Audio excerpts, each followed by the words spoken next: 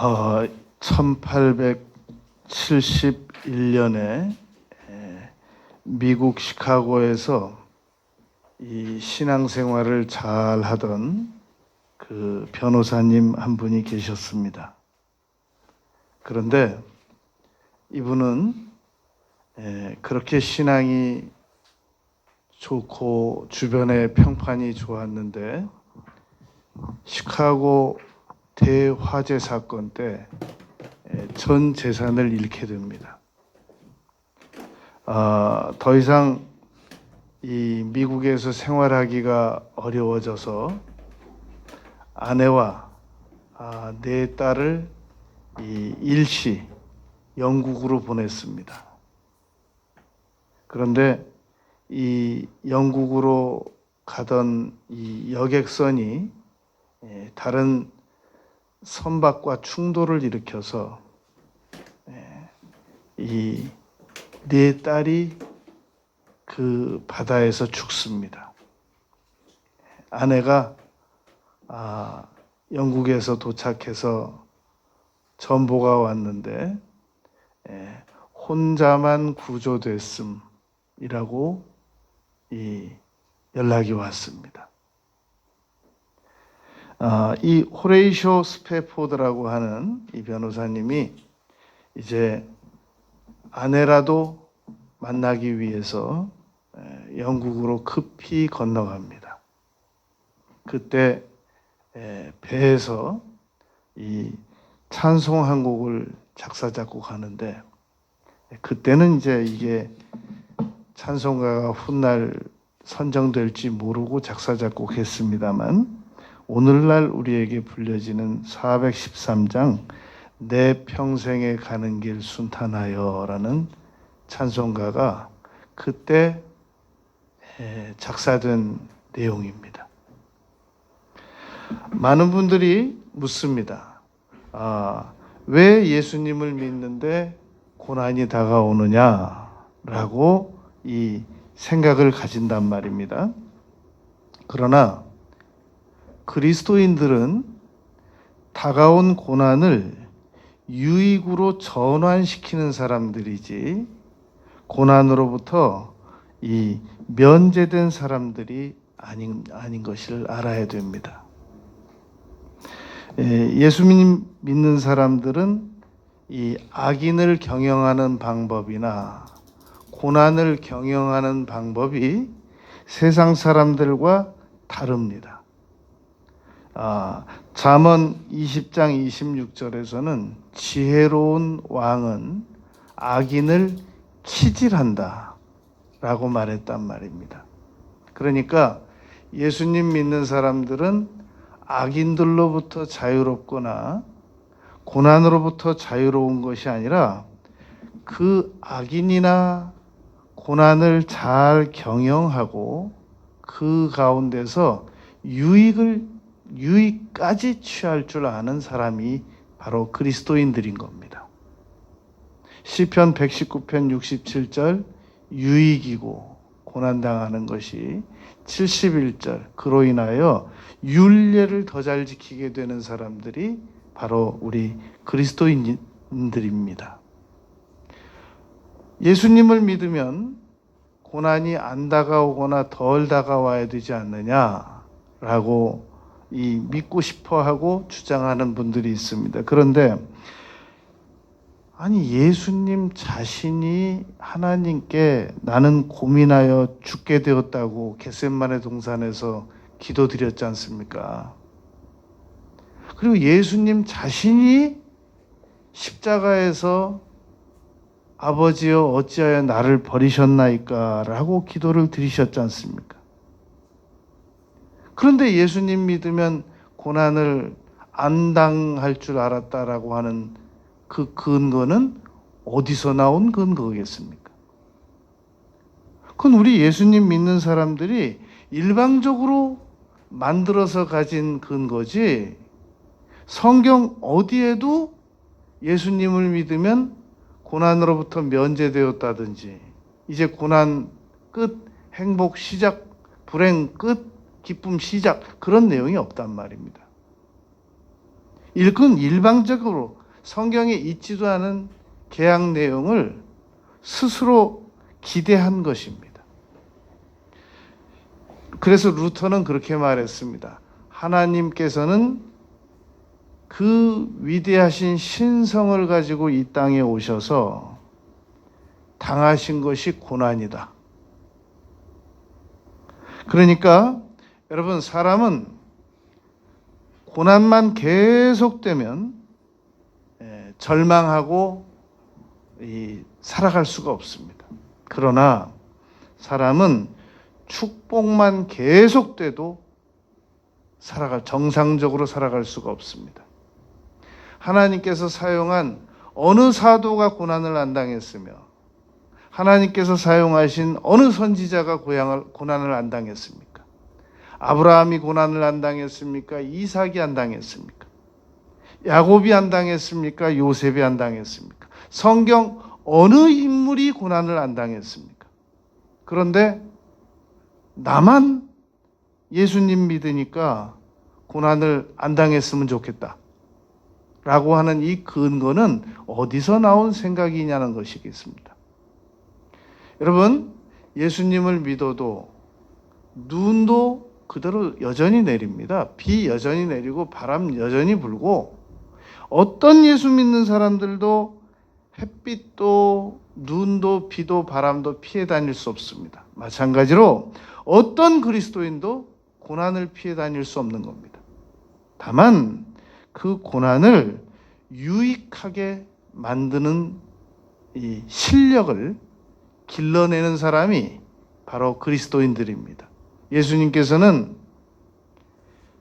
이 초대교회 때 오셨을 때 로마 정복 프로그램을 가지고 오지 않으셨습니다. 당시 이스라엘 사람들은 메시아만 오면 로마 정복은 순식간에 이루어질 것이다 라고 기대하고 기다렸습니다. 그러나 예수님께서 오셔서 그 손가락으로 온 우주를 창조하신 그 신성을 다 뒤로 하시면서 처참하게 십자가에 못 박혀 죽으시고, 그리고는 다 이루셨다 라고 말씀하고 가셨기 때문에 그런 메시아는 도저히 믿을 수가 없었던 겁니다. 그래서 여러분, 그런 말 기억하십니까? 참호 안에서는 무신론자가 없다. 그 위기를 만나게 되면 다 하나님을 찾게 된다라는 말입니다. 그러나 그것은 아직 더 정확하게 밝혀지지 않은 내용입니다. 참호 안에서는 둘로 나눠집니다. 무신론자가 신자가 되기도 하고 신자가 무신론자가 되기도 합니다. 여러분, 고난은 무신론자를 신자로 만들기도 하지만 신자 같았던 사람을 무신론자로 만들기도 합니다. 고난은 하나님을 더 잘 믿게도 만들지만 고난은 하나님을 등지고 떠나게도 만듭니다. 나는 이런 하나님이라고 한다면 나는 안 믿고 말아 라고 생각해서 여러분, 예수님 믿다가 불교로 가신 분들도 있고 예수님 믿다가 불신자로 무신론자는 여러분 하나님이 안 계시다고 믿는 사람이 아닙니다. 하나님을 계시는 하나님을 자기 혼자 안 계신 것으로 믿겠다. 나는 오늘부터. 마치 니체가 하나님은 죽었다. 안 계신 게 아니라는 겁니다. 계셨었는데 죽었다 라고 나는 믿겠다 라고 말한 것과 마찬가지란 말입니다. 여러분, 고난에는 백신이 없습니다.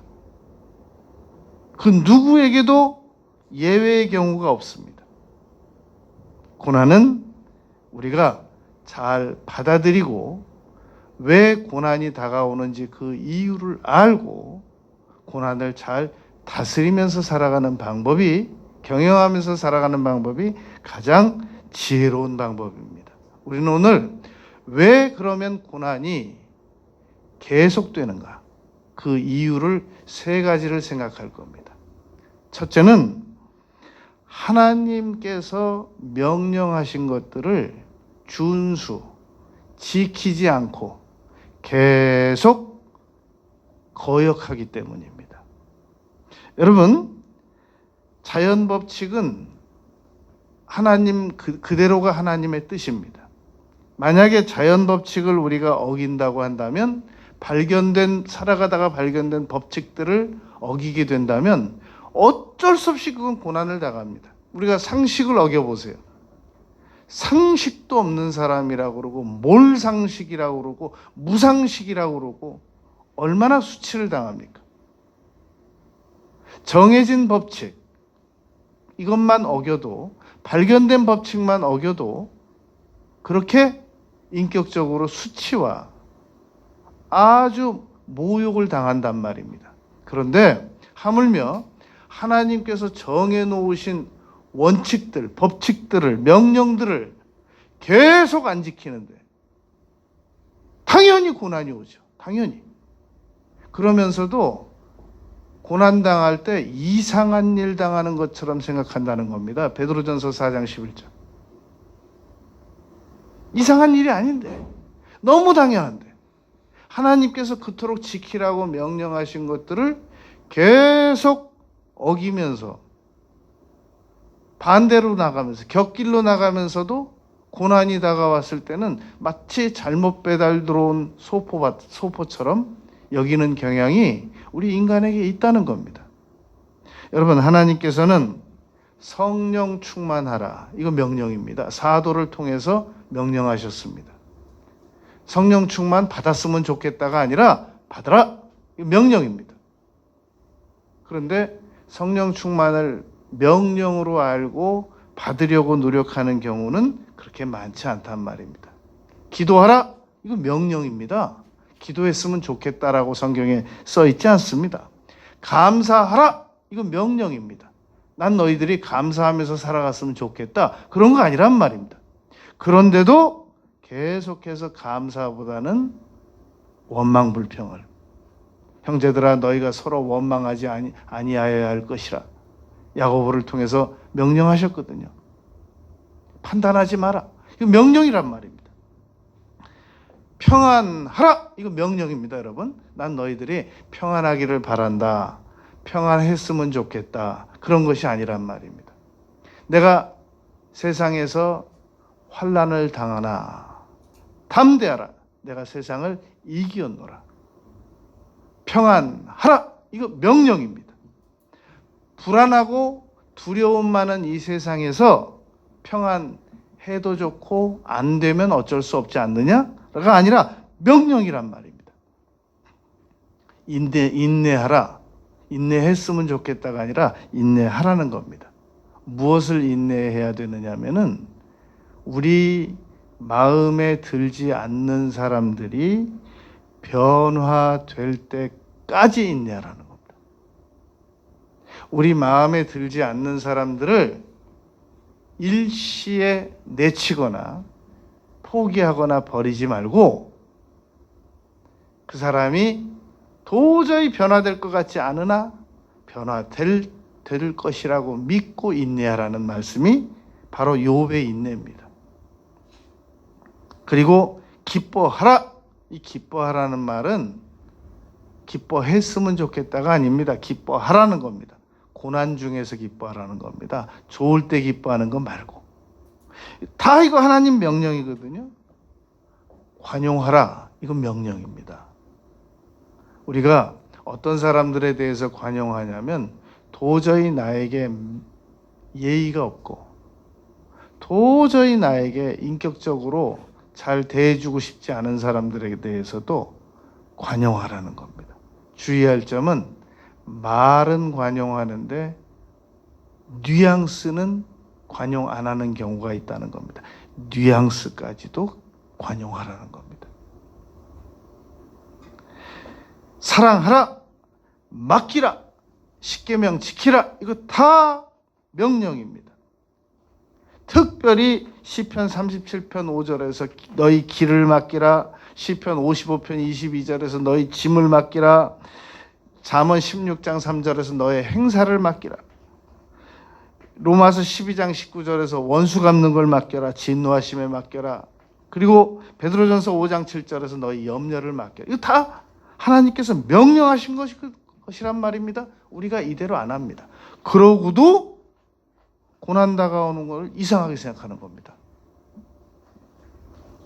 이 정도로 우리가 하나님께서 명령하신 걸 안 지킨다면 고난이 다가와야 정상인데, 우리는 하나님께서 명령하신 것들은 100가지 중에 한 가지나 두 가지나 세 가지 정도만 간신히 지켜나가면서도 왜 예수 믿는 사람들에게 고난이 다가와야 하느냐고 오히려 역으로 묻고 싶어하는 분들이 그리스도인들 중에 많습니다. 여러분, 우리는 왜 고난이 다가오느냐라는 부분에 대하여 물론 골똘하게 생각해야 됩니다. 그러나 깊이 생각 안 해도 알 수 있는 것은 내가 하나님께서 명령하신 것들을 얼마나 안 지키면서 살아가는데 고난이 와야 정상이지. 어떻게 고난이 안 오는 게 더 이상하지 라고 믿는 것이 매우 양심적인 태도입니다. 두 번째, 우리가 왜 고난을 당하게 되느냐면, 고난이 왜 중단되지 않느냐면 회개하지 않기 때문입니다. 하나님께서 명령하신 것을 지켜서 고난이 안 다가왔으면 좋겠는데 워낙 많이 안 지켜서 고난이 다가왔으면 이제라도 회개라도 부지런히 해야 되는데 회개도 게으르게 한단 말입니다. 그러니까 고난이 계속 오는 겁니다. 여러분, 여호수아서라는 책은 창세기, 출애굽기, 레위기, 민수기, 신명기에서 약속되었던 내용들이 그대로 완결 이루어지는 내용을 담은 책이 여호수아서입니다. 그런데 여호수아서에 보면 가나안 정복이 이루어진 후에 마땅히 내어 쫓아야 할 그곳 먼저 살던 족속들을 전혀 내어 쫓지 않습니다. 안 내어 쫓으니까 어떻게 됐었습니까? 그들이 결심하고 그냥 눌러서 그 이스라엘 백성들과 함께 살았단 말입니다. 하나님께서는 분명히 12부족에게 내어 쫓으라고 얘기했는데 내어 쫓지 않았단 말입니다. 3D 현상에 해당되는 일도 시키고, 그리고 여러 가지 불편한 일들도 그들을 통해서 해결하면서 안 내쫓았더니 결국은 그들로 말미암아 많은 억울한 일을, 옆구리에 가시에 해당되는 일들을 결국은 당하게 된단 말입니다. 그게 사사기입니다. 여러분, 하나님께서 지키라고 명령하신 것을 우리가 양심이 알잖아요. 다 안 지키고 못 지키고 나간다는 거. 그러면 고난이 다가왔을 때 아유 역시나 하고 당연히 받아들일 줄 알아야 된단 말입니다. 안 받아들이는 겁니다. 못 받아들이는 겁니다. 그리고 왜 이렇게 나에게 고난이 많이 다가오느냐 하고 불평하는 겁니다. 그것이 오늘 그리스도인들의 현실입니다. 그래서 우리가 고난을 1단계에서 잡는 방법은 하나님께서 명령하신 것들을 잘 지키는 겁니다. 그게 1단계에서 고난을 잡을 수 있는 방법입니다. 그런데 대부분 1단계에서는 이 고난을 놓친단 말입니다. 그래서 결국은 우리를 찾아오게 만듭니다. 그랬다면 2단계라도 아직 늦지 않았습니다. 회개라도 부지런히 서두르면 고난은 중단됩니다. 그런데 대부분 우리 그리스도인들이 고난을 회개로 중단시키지 못한단 말입니다. 고난이 많이 다가왔을 때, 완전히 고난에 아주 짓눌릴 상황이 돼서 거의 질식할 정도가 돼야 그제서야 서서히 어쩔 수 없이 고난을 회개하기 시작한단 말입니다. 고난을 극복해 보기 위해서 그제서야 노력하는 것이 이게 인간 본성이란 말입니다. 그러나 서두르기만 하면 얼마든지 고난은 빨리 빠져나올 수 있고 중단시킬 수 있고 불필요한 고난이 더 이상 못 다가오게 할 수 있단 말입니다. 여러분, 우리가 꼭 기억해야 할 것은 고난은 우리의 품위를 떨어뜨립니다. 왜냐하면 수치를 당하게 하고 판단력을 부정확하게 만들고, 그리고 그 고난이 우리로 하여금 아무 말이나 함부로 하게 하고 낯빛을 부정적으로 바꿔놓고 태도를 아주 좋지 못하게 만드는 경향이 있습니다. 그런데 고난 때 품위를 잃지 않는 방법, 회개입니다. 회개보다 더 빠른 방법은 없습니다. 우리의 고난이 다가왔을 때는 가차없이 무릎 꿇고 회개하는 것만이 최고의 고난을 단축시키는 방법입니다. 여러분, 우리가 살아가다가 누군가로부터 아주 억울한 말을 듣게 되면 얼마나 고통스럽습니까? 평생 잊혀지지 않지 않습니까? 욥은 뭐라고 말했냐면, 옛날에 내 앞에 설 수도 없었던 젊은 사람들이 내게 침을 뱉는도다라고 말했단 말입니다. 그 억만장자가 하루아침에 재산 다 잃고 자녀 다 잃고 아내 떠나가고 나니까 이 온몸에 피부병 오니까 그 옛날에는 얼굴도 자기를 감히 쳐다볼 수 없었던 젊은 사람들이 침까지 뱉더라는 겁니다. 그러할 때 더 이상의 품위를 잃지 않고 빨리 회복할 수 있는 방법, 회개입니다. 다윗이 압살롬 아들에게 쫓겨서 피난 갈 때 시므이라고 하는 사람이 나와서 욕하면서 돌 던지면서 가거라 이 비루한 인간아, 정말 다윗의 품위를 아주 그렇게 철저하게 땅바닥에 떨어뜨릴 수 없는 그런 사람이 나타났었습니다. 그런데 그때 군대 장관이 옆에서 말했거든요. 명령만 하시면 내가 저놈 목을 쳐가지고 오겠습니다. 그런데 다윗이 그때 품위를 잃지 않습니다. 내버려둬라. 하나님께서 저를 통하여 내게 저주하라 명하십니다. 회개입니다. 여러분, 고난당할 때 복수하고 싶고, 고난당할 때, 억울할 때 반론하고 싶고 따져보고 싶지만, 고난당할 때 가장 품위를 덜 잃고 덜 낮아지고 품위를 잘 유지할 수 있는 방법은 회개입니다. 하나님께 깊게 회개하는 겁니다. 시편 7편 12절에 보면 사람이 회개하지 아니하면 그가 그의 칼을 가시며 그의 활을 이미 당기어 예비하셨도다.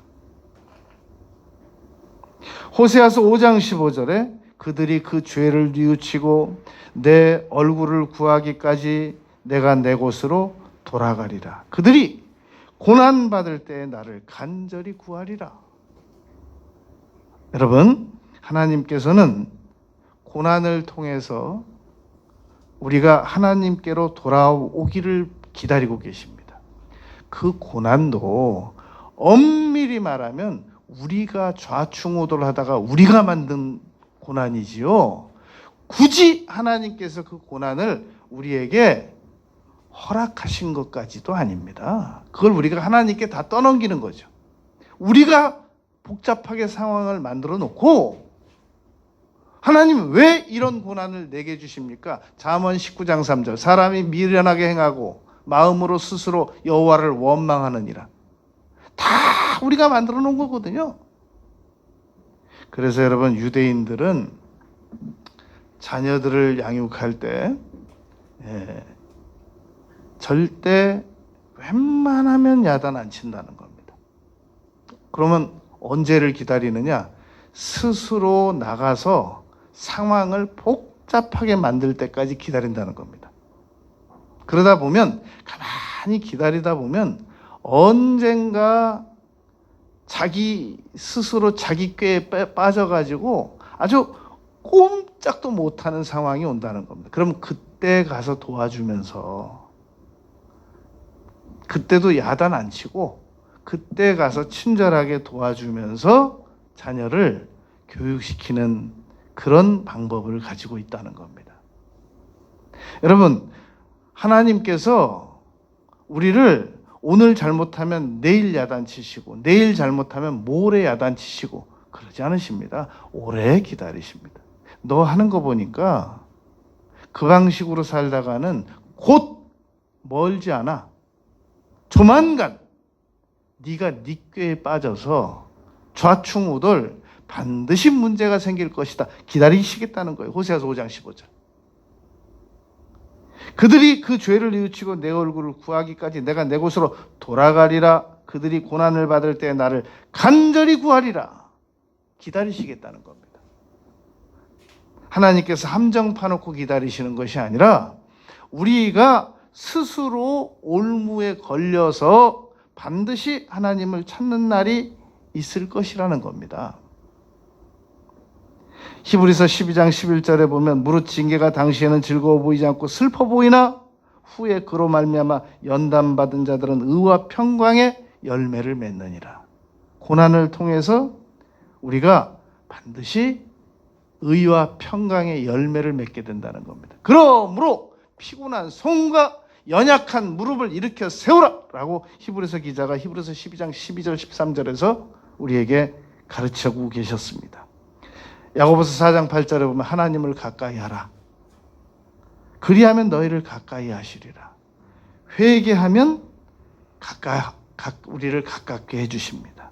슬퍼하며 애통하며 울지어다. 너희 웃음을 애통으로 너희 즐거움을 근심으로 바꿀지어다.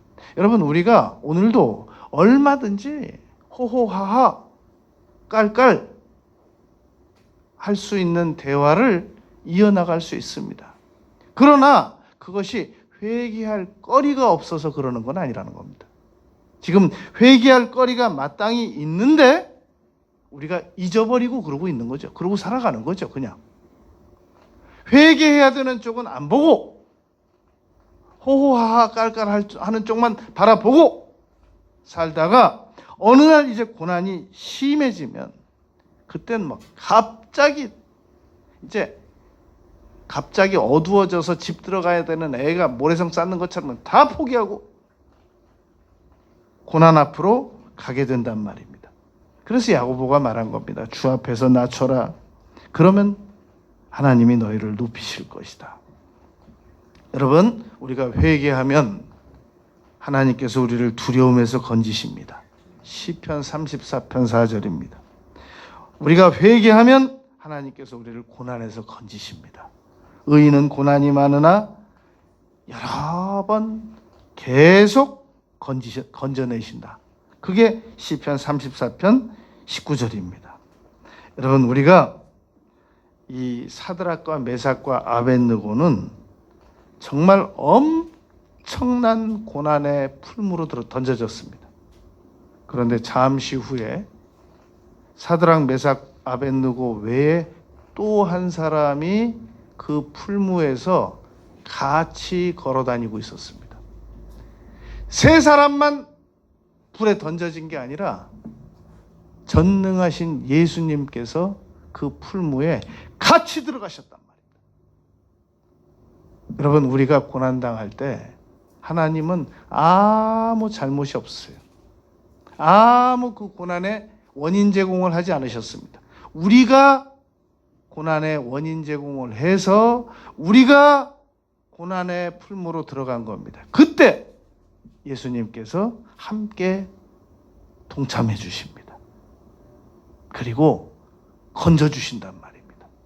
그런데 회개도 못하겠다면, 내가 만들어낸 일인데 회개도 못하겠다면 그건 안 되죠. 그러니까 어쩔 수 없이 고난이 계속된단 말입니다.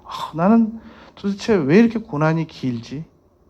우리 집은 왜 이렇게 고난이 길지? 대대로 회개가 짧아서 그렇습니다. 회개가 길어지면 고난이 짧아지고, 회개가 길어지면 고난이 줄어듭니다. 세 번째, 왜 고난이 계속되는가? 기도가 부족해서 그렇습니다. 여러분, 고난 때는 무엇을 해도 행복하지 못합니다. 밥을 먹어도 안 즐겁고, 잠을 자도 안 즐겁고, 여행을 가도 안 즐겁고, 대화를 해도 안 즐겁고, 고난을 당하게 되면 쇼핑을 해도 안 즐겁고, 마음의 근심이 한 짐인데 무슨 일을 한들 그냥 멍하게 있는 거죠. 그게 즐거워서 하는 거 아니란 말입니다. 그러느니 차라리 기도를 드리는 게 훨씬 더 낫단 말입니다. 그러느니 차라리 하나님의 말씀을 보는 것이 훨씬 더 낫단 말입니다. 그래서 시편 119편에서 다윗이 고난 중에 하나님의 말씀이 없었으면 자기는 절망했을 거라는 겁니다. 기도가 해도 한계가 있지, 어떻게 할 게 없더라. 여러분, 그냥 말씀을 쭉 읽어나가는 것도 기도 드리는 거예요. 반드시 무릎 꿇고 기도만 해야 기도가 되는 게 아니라 계속 하나님에 대한 생각을 계속 가지고 말씀 보고 믿습니다, 아멘, 기도 드리고, 여러분, 그러면 그게 기도가 되는 겁니다. 시편을 그냥 읽어도 기도가 된다고 하잖아요. 호세아서 7장 10절부터 보면 이스라엘의 교만은 그 얼굴에 드러났다. 그들이 그 모든 고난을 당하여도 그들의 하나님 여호와께로 돌아오지도 않고 구하지도 아니하기 때문이다. 그러니까 여러분, 기도를 드리지 않으면 여하튼 하나님께서는 교만하다. 너 왜 이렇게 교만하니? 라고 판단하신다는 겁니다. 에브라임은 이 지혜가 없어서 애굽을 향하여 부르짖으며 아수르로 가는도다. 이스라엘의 그 호칭 중에 하나가 에브라임인데요. 이 에브라임이 애굽을 의지하고 아수르를 의지한다는 겁니다. 그래서 애굽으로, 아수르로, 포로로 끌려가잖아요. 나중에 자기들이 의지하던 나라. 그리고 바벨론으로 포로로 끌려갔어요. 애굽으로 의지하던 나라, 애굽으로 가려고 했는데 애굽으로 돌아가는 자들은 화 있을진저. 이사야서 30장 1절 2절 3절. 인생들과 방백들을 의지하지 말라. 도울 힘이 없는 그들의 호흡이 끊어지면 다 무효다라고 시편에서 말씀하셨단 말입니다. 여러분, 우리는 하나님께 부르짖어서 기도를 드려야 됩니다. 이 세계 어느 나라나 그 나라의 시작에 대한 그 역사 내용은 얼마나 화려한지 모릅니다. 우리나라도 그렇잖아요. 우리나라의 그 시작의 그 설화를 보면 아주 누가 이 신비하게 여길 정도란 말입니다. 그러나 이스라엘의 역사서는 아주 솔직합니다. 이스라엘은 어렸을 때 토라, 창세기, 출애굽기, 레위기, 민수기, 신명기를 가르칩니다. 그리고 아이들에게 탈무드, 지혜를 가르칩니다. 이 탈무드는 이스라엘에서 이 남편들이 결혼을 하면 2년간 일을 안 하고 아내들이 돈을 벌고 남편들에게 탈무드 공부를 시킬 정도입니다. 그러면 유럽, 미국에 있는 학교에서 파락점을 인정해 주는 그런 정도로 권위가 있는 이 가르침이 이 탈무드입니다. 그런데 이스라엘 이 학생들에게는 모세오경과 탈무드 외에 또 하나 중요하게 배우는 우리나라의 국사책 같은 책이 있습니다. 하가다라고 합니다. 하가다라고 하는 책에 보면 우리는 애굽의 노예였다라는 사실을 적나라하게 기록해둡니다. 그래서 이스라엘 학생들은 자신들이 옛날에 이 이집트라고 하는 나라의 노예 출신이었다고 하는 것을 식민지 정도가 아니란 말입니다. 노예 출신이었다는 것을 역사책에서 배우고 그대로 시작을 합니다. 그러므로 우리는 하나님께 부지런히 부르짖어야만 다시는 그런 그 노예 신분으로 돌아가지 않을 수 있다라고 아주 솔직하게 가르친단 말입니다. 그게 여러분 이스라엘 백성들의 교육 방식입니다. 그러니 고난을 중단하기 위해서는 하나님께 기도를 드려야 되는데 기도를 게을리하니 고난이 당연히 길어지지요. 언제 고난이 중단되겠으며 언제 고난이 짧아지겠으며 언제 고난에서 빠져나올 수 있겠냔 말입니다. 고난이 긴 걸 이상하게 생각하지도 말아야 돼요. 당연하게 알아야 된단 말입니다. 왜냐하면 우리가 정말 기도가 그날 간신히 살아갈 수밖에 없는 아주 작은 양만 드리고 있잖아요. 고난에서 빠져나올 수 있을 만큼의 기도의 양은 못 드리고 있지 않습니까? 대부분. 그러므로 누군가가 고난에서 빠져나왔다라고 하는 소문이 들리거든 그 사람은 그날 살아갈 양 기도 플러스 고난에서 빠져나올 만큼의 기도를 드렸다는 겁니다. 눈으로 확인이 되든 안 되든 누군가가 고난에서 빠져나와졌다라는 얘기는 그가 고난에서 빠져나와질 만큼의 기도의 대가를 치렀다는 겁니다. 야고보서 5장 13절 말씀입니다. 너희 중에 고난당하는 자가 있느냐? 저는 기도할 것이요. 고난을 당하면 고난을 덜 당할 수 있는 방법을 찾아야 됩니다. 그리고 고난이 덜 다가올 때는 고난이 아예 안 다가올 수 있는 방법을 미리미리 찾아 버릇해야 됩니다.